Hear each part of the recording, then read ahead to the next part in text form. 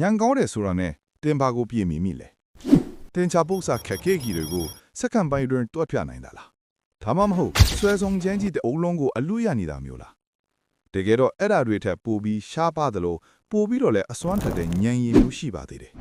အဲ့ဒါကတော့မိမိကိုယ်ကိုပြန်လဲသုံးသပ်နိုင်စွမ်းဒါမှမဟုတ် metacognitive IQ လို့ခေါ်တဲ့အရာပါပဲရိုးရိုးလေးပြောရရင်တော့ကိုယ့်ရဲ့အတွေ့တွေကိုပြန်ပြီးစောင့်ကြည့်စစ်ဆေးနိုင်တဲ့အစွမ်းပေါ့မြင်သာအောင်နှိုင်းရှင်ပြရင်ဉာဏ်ရည် IQ ဆိုတာကကားတစ်စီးရဲ့ engine အားလို့ပါပဲတဲ့မှာမြင်းကောင်ရဲ့ဘလောက်များတဲ့ engine ပဲရှိရှိဒါကိုကျွမ်းကျွမ်းကျင်ကျင်မမောင်းနိုင်တဲ့ရင်တော့ပထမဆုံးလမ်းခွင့်မှတင်ကားမှောက်သွားမှာပါပဲ metacognitive IQ ဆိုတာကတော့အဲ့ဒီ engine ကိုအမိအားထိန်းကျောင်းနိုင်တဲ့ဝါရင့်ရင်မောင်းထက်တာပါပဲဒီလိုဉာဏ်ရည်မျိုးရှိသူတွေမှာတခြားသူတွေနဲ့မတူတဲ့ထူးခြားချက်၅ခုရှိပါတယ်တဲ့မှာတော့ဘယ်နှခုလောက်ရှိနေမလဲစမ်းစစ်ကြည့်အောင်ဗျတိကမတိဘူးလို့ပြောရမှာကိုမကြောက်ချင်းသူတို့ကတကယ်ကိုနှိမ်ချမှုရှိကြတယ်ငါအကုန်သိတယ်လို့ဟန်ဆောင်မနေပဲဒါကိုတော့ငါမသိသေးဘူးလို့ရိုးရိုးသားသားဝန်ခံတတ်ကြတယ်သူတို့အတွက်တော့သူတို့ရဲ့ထင်မြင်ယူဆချက်တွေဟာငါရဲ့အတ္တမဟုတ်ပဲအလုံးလုံးတဲ့ကရိယာသက်သက်ပါပဲကရိယာတစ်ခုကအတောင်းမဝင်တော့ဘူးအတစ်တစ်ခုနဲ့အမြဲလဲလွဲဖို့အသင့်ပါပဲ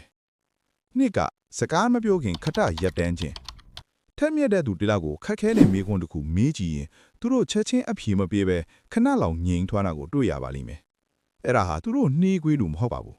အဲ့ဒီတိတ်ဆိတ်နေတဲ့စက္ကန့်ပိုင်းလေးအတွင်းမှာသူတို့ရဲ့စိတ်ကအချက်လက်တွေကိုအသေးစိတ်စစ်ဆေးနေတာပါအမြန်ဆုံးအဖြေထက်အတိအကျဆုံးအဖြေကိုထုတ်ပေးဖို့ပြင်ဆင်နေတာထက်ပါလေသုံးကစိတ်ခံစားချက်ကိုစမ်းစစ်ခြင်း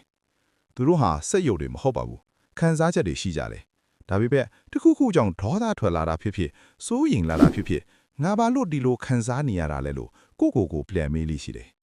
စိတ်ခံစားချက်တော့ကိုမျက်စိမိန်မပါသွားပဲအသိစိတ်နဲ့ပြန်လဲထိန်းကျောင်းနေတာဟာသူတို့ရဲ့စွမ်းအားပဲဖြစ်ပါတယ်လေးကရှုပ်ထွေးတာတွေကိုရိုးရှင်းအောင်လုပ်နိုင်ခြင်းတကယ်ပညာရှင်ဆိုတာခက်ခဲနဲ့အကြောင်းအရာတွေကိုကလေးတယောက်နားလည်အောင်အထိရိုးရိုးရှင်းရှင်းပြနိုင်သူကိုခေါ်တာပါ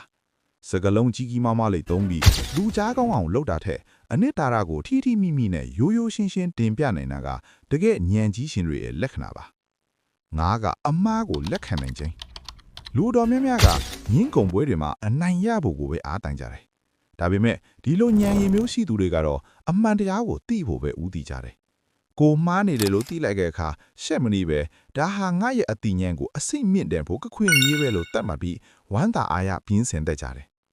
ရိုးရိုး IQ ကတင့်ကိုပြင်ပကဘာမှာရှောက်လန်းနိုင်အောင်ကူညီပေးပါလိမ့်မယ်ဒါပေမဲ့ metacognitive IQ ကတော့တင့်ရဲ့အတွင်းစိတ်ကဘာကိုအပိုင်စားစိုးနိုင်အောင်ကူညီမှာဖြစ်ပါတယ်တခုကပြဿနာတွေကိုဖြေရှင်းပေးနိုင်မယ်နောက်တစ်ခုကတော့အဲ့ဒီပြဿနာကိုဖြေရှင်းနေတဲ့တင့်ရဲ့ကိုယ်တိုင်ကိုပိုပြီးနားလည်စေမှာဖြစ်ပါတယ်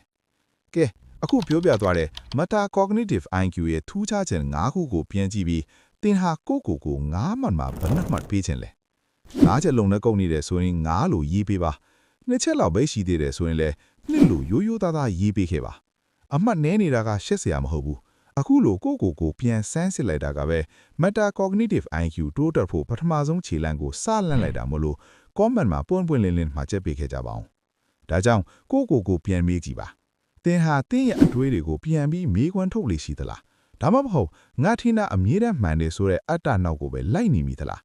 ဒီမေးခွန်းရဲ့အဖြေကသင်ဘလောက်အထိထပ်ပြီးတိုးတက်လာနိုင်မလဲဆိုတာကိုအဆုံးဖြတ်ပေးသွားမှာဖြစ်ပါတယ်အခုလိုဗီဒီယိုလေးတွေကိုကြိုက်နေတတ်တဲ့ဆိုရင်ကျွန်တော်ရဲ့ The Brilliant Mind YouTube Channel လေးကို Subscribe လုပ်ထားပေးပါဦးပိုကောင်းတဲ့အနာဂတ်မှာပြန်တွေ့ကြမယ်အားလုံးကိုကျေးဇူးတင်ပါတယ်ခင်ဗျာ